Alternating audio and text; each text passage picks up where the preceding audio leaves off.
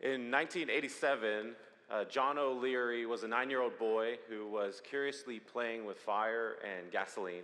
And unfortunately, a huge explosion happened in his home, and he was 100% had burns all over his body.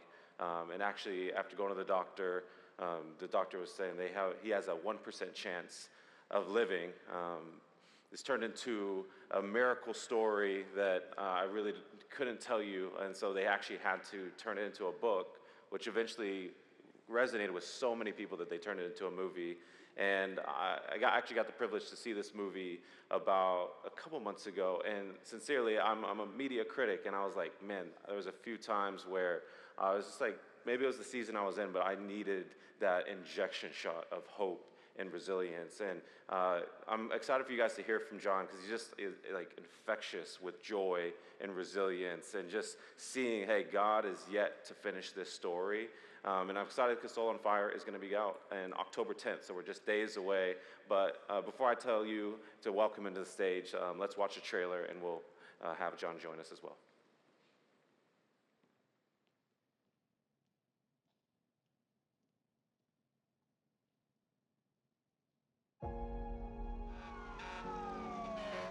Stay with me. Wake up! Coming through, coming through. How bad is it? He has burns to 100% of his body. Want to send out a special hello tonight to a certain young man who's laid up in the hospital. His name is John O'Leary. He's a tough little guy. Boy, you listen to me. You will walk again. When I first came to see you, they said you had no chance. But here you are. You're gonna face challenges when you get out of here, but you can still do almost anything. Do you like to dance, Beth? No, but I will. Who is that guy? John O'Leary. He's kind of a legend around here. Why didn't you ask me out the night we met? Figured you wouldn't want me to. Welcome to the first project of O'Leary and Bright's construction. Yeah, everybody grab a hard hat. Ladies first? No. Why would a man who can't hold a hammer choose to be a contractor? I guess I like to just see houses for what they can be, not what they are. I have a scout troop, and I heard about what happened to you. I just thought that my girls might be inspired if you came and talked to them. Oh, wow. I may have an idea for a way that we could work together. Public speaking? I hope you got better at it. I know what it feels like to think you've probably thrown your life away.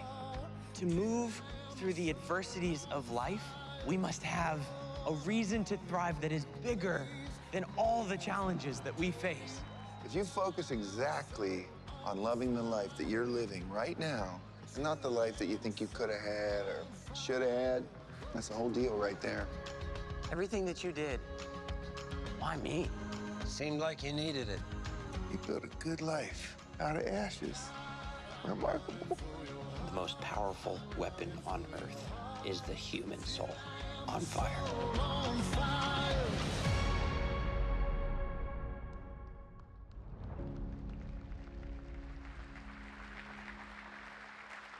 Can you guys help me in welcoming to the stage John O'Leary?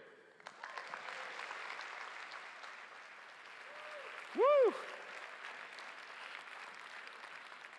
Well, good morning, my friends. Good morning. You know, when you get burned at age 9 on 100% of your body, and you spend 5.5 months in hospital, and you go through dozens of surgeries and lose your fingers to amputation, your dream in life is not to have a movie made about your life. Let's start there. Your dream in life is not to become a motivational speaker or author. Your dream in life, when you look different than everybody else, is to be normal. So the grand goal of your current speaker's life as a child, as a teenager, and through his 20s was not to shine or reflect God's love and grace. It was to fade. It was to fade. It was to disappear, to play as small as I possibly could. And I did that for the first 20 years after being burned. My life finally changed in the back row of a church service. So for those of you in the back row, man, that's where I like to party too. I come in a little bit late, sit in the back, do one of these usually. I'm 28, I'm looking down, and the pastor, quoting the gift of talents, goes through the various levels of talents, and then says, but I want to talk to one more group. Those who feel like they've got none. And even at THINQ, I bet there's some of us who feel that way right now today. I got none. Well, that's how I felt for 20 years.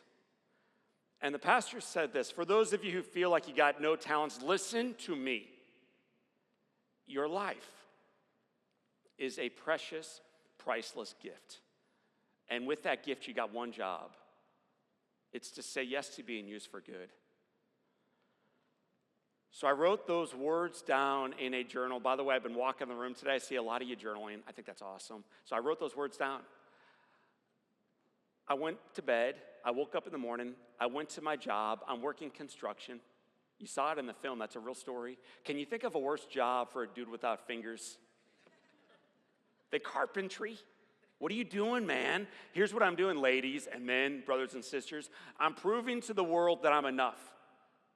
A world that you can never prove enough to. I'm showing them, have I climbed high enough? Have I earned enough? Am I macho enough now? Am I drinking enough now? No one cared. I'm trying to be what I'm not. I'm trying to be who I'm not. I'm trying to be whose I'm not. And then I get a phone call. Shows up from a little girl and she says, Mr. John, will you speak at my school? And any other given day of my life, my answer would have been no. But the day before, I heard from my pastor. Something that I did not know, and something you may not know, and you need to. Your life is a precious, priceless gift. You got one job. Said yes to being used for good. That's it. That's it. So I said yes to this one group. I walked into the room, looked down at my little notes. Never once looked up at the little monsters. It was not in front of 1,600 leaders, man. I had a grand total of 3 third-grade Girl Scouts. That's my first talk. The movie exaggerated with 8. It wasn't 8. It was 3. Hollywood lies. Was not even paid a box of Samoas for the effort. But I did my deal. I went back out to my truck, and on the walk out, Dad said, would you speak at my Rotary Club? Do you think I said no or yes, THINQ? I'm sorry. If you don't vote, don't complain. No or yes? Yes. Now I'm picking up the reps of how to serve and grow and do kingdom work. The answer is yes. Go. Shut your eyes and walk. So I went. In that room, there was someone from Kiwanis, and then a Chamber of Commerce, and then a prison system, and this awkward, introverted, academically struggling nobody just kept saying yes. And that yes over time has led to 2,700 speeches in 50 states, dozens of countries, a couple best-selling books, and now, starting Thursday next week, a full feature film, not celebrating how great he is, but how faithful our God is. That's the work we're doing today. So where did this come from? Because the mistake you think when you hear someone on stage, you're like, well, that's them. Let me tell you, it's not. It's God working through broken people, none more broken than your current speaker. I'm not being humble. This is just true. No one more broken than this one. So how did he do it? And what does it mean for you? Looking back at your life, have you ever done anything that you now realize was a big mistake? One guy over here out of, you bunch of liars out there. Not me, I'm Christian. Then own it. Thank God for grace, not your perfection. I make mistakes all the time. We don't have time to unpack all of them, man. We got a clock of 9 minutes, so I'm gonna run. One of them when I was 9 years old. I played with some fire and gasoline in my garage, blew the can up, got blown against the far side of the garage. It set my world on fire in the most miserable of ways, changed my life. One moment I'm happy and healthy. I'm gonna zoom in for the friends in the far back. Extremely good looking. And then life changed. And then it got hard. Today, one hard picture, you may want to shut your eyes. Another jumbo screens. You may want to shut your eyes. Please. This is hard to look at, but I found myself on my back with burns on 100% of my body. 87% third degree. I am dying, people. There's no earthly chance. But God, He works through my parents' love. He works through the caregivers' love. He works through volunteers from throughout the St. Louis, Missouri community, around the country and around the world to breathe life where there was no chance. This little boy comes home, but he can't do anything. I'm a victim to life, people. I can't stand. I never will. I can't hold anything with my little hands, even a little clicker. I never will. I'll never go back to school. And what broke my heart the most is knowing I today am unlovable. I'm never going to find love. Look at this broken body. Why'd they save me? But I had a fierce mother who saw beauty where I only saw broken, and she made a phone call that changed my life to a piano teacher. This woman came into my life and kept putting a pen on my right hand like this. And she kept saying to me, John, this will be hard, but we can do it together. Day after day, the pen would go in my hand, and she just kept telling me I could play the piano. What she was teaching me over 5 years was not piano. It was possibility. It was hope. It was agency. It was the belief that, John, in spite of your ugly brokenness as you see it, God sees a very different story. Believe that story. It changes everything. It changes how you feel. It changes how others feel about you, which led to this picture, known as the greatest sales job of my entire life. Her name is Beth. She's played by an incredible woman named Macy McLean in the film coming out next week called So on Fire. That first kiss and that love affair and that marriage has led in time to 4 babies. Be careful. 1 dog. They just keep showing up. And now this film, again, that doesn't celebrate how great John O'Leary is. That's why they turned him around. How great God is in the midst of chaos. So you heard from Mike a moment ago, text is so powerful. I'm going to put my number up on the screen and ask, if you've been moved, text me your email address. This is how we're going to do life together. Mike said it's a good idea. I think he's right.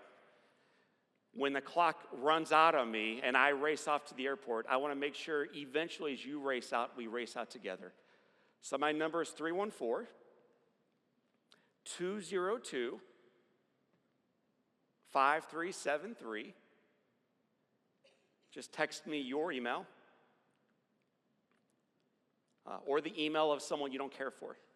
I don't care. I'll love them too, man. I don't care. I think we care too much if they're lovable or not. We follow a God who doesn't. He redeems it. So text me, 314-202-5373. And we wanted to end with music. So I wanted to show you what it's like when you just keep saying yes in your life. Keep saying yes in your life. So you're going to see this video. And as you listen, just be washed over by the Holy Spirit. God works through all things, even you, even the broken, even the ugly, even your life, even mine. Enjoy Amazing Grace. God bless you for being here.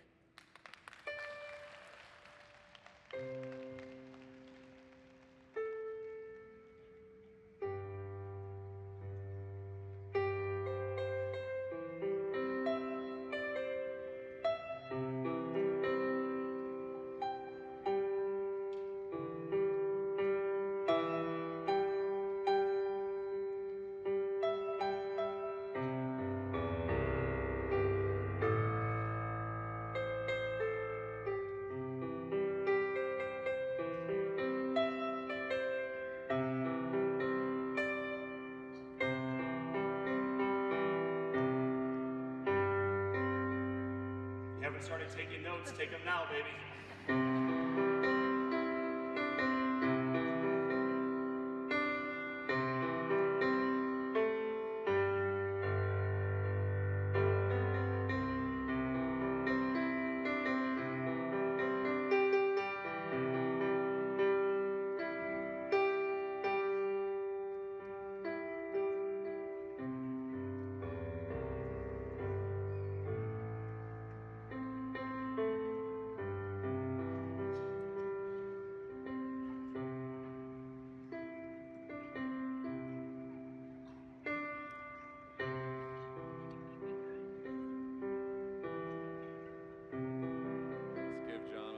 another hand. What a beautiful story.